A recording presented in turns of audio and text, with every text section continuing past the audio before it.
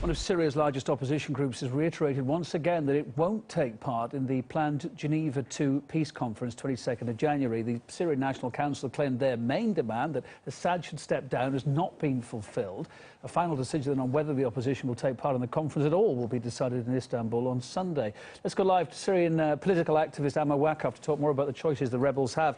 Hi there, thanks for taking the time to be with us. On top of what I've just said there, the Syrian National Council's even threatened, doesn't it, to leave the opposition altogether if a delegation is sent to Geneva II by any of them. Why are they so insistent that the talks don't happen here? What's the problem?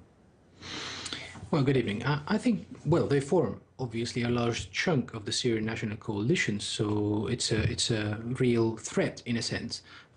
However, what's happening is that they feel that if they go to Geneva and some agreement is reached there by which or through which the Syrian or the current Syrian government would remain in place, they would lose, you know, the last straw, sort of break the last straw with what sort of, you know, the little representation they might have on the ground. They don't have much representation, and they feel that if they go and do not achieve anything, then probably people will not listen to them anymore at all. They don't listen much to them anyway at the moment, but they want to remain in the game. They want to still have a say, and so they feel that probably not going to Geneva is best for them rather than, you know, So going. as they see it, then what is the option? More bloodshed? Well, we have to, you know, I have to tell you that a lot of Syrians don't really give a damn, sorry for the word, whether they go or they don't go. I would say that some of them are nice people, they're well-educated people, you know, men of culture, literature, and so on and so forth. But what they actually control on the ground is very little. They're very thin on the ground. Those who control things on the ground are those who have the weaponry. And so people, if the opposition National Council, National Coalition go to Geneva or not, people realize that if there is not a sort of regional agreement by which the Turks, the Saudis, and the Iranians sit down and agree with each other to stop this regional conflict rather than a very domestic conflict in Syria, then nothing is going to happen. It's already spilling over to the likes of Iraq, to Lebanon, much is happening in Egypt as well. So people need to sit with each other at that sort of stage, at that sort of level, and try to sort things out. The Syrian opposition's position really is a minimal. You know, take for example, John Kerry and Sergei Lavrov are going to meet within 10 days to discuss whether Iran should go into be on the negotiation table. What would that mean, and so on and so forth. Nobody is talking about whether the Syrian coalition are going to be there or not.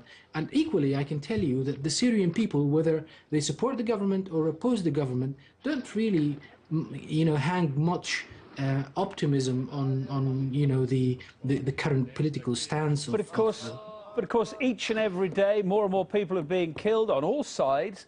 What do you make of this much vaunted at one point, I have to say, this Geneva II peace talks on the 22nd of January? What's it going to be then? A busted flush? Not going to happen? What are you saying about it? Where's your money?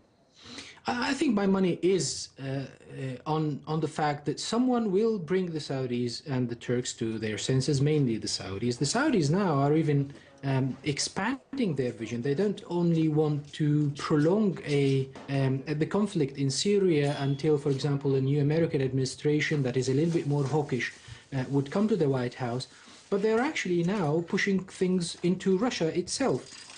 We know that back in the summer when Prince Bandar met President Vladimir Putin, there was a sort of a threat, as one Russian official told me, that you know, the Saudis are going to do something about the games in Sochi.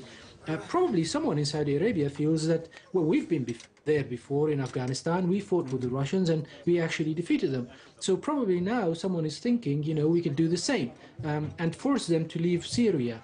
And I would argue as well that probably this is, you know, with the backing and blessing of the Americans, because I do not really buy, and I don't think many people do, buy the rift or the current rift or the apparent rift between the Saudis and the Americans on Syria. So this is threatening to go wide, and if the Saudi ruling family or the leadership team in Saudi Arabia at the moment can be appeased, you know, they can be given guarantees, then that might solve it. Ammar, it's a very complicated and layered picture you're laying out there for us. Thank you for explaining it. Ammar Waqqaf, Syrian political activist. Thanks for being on the line. Thanks, Kevin.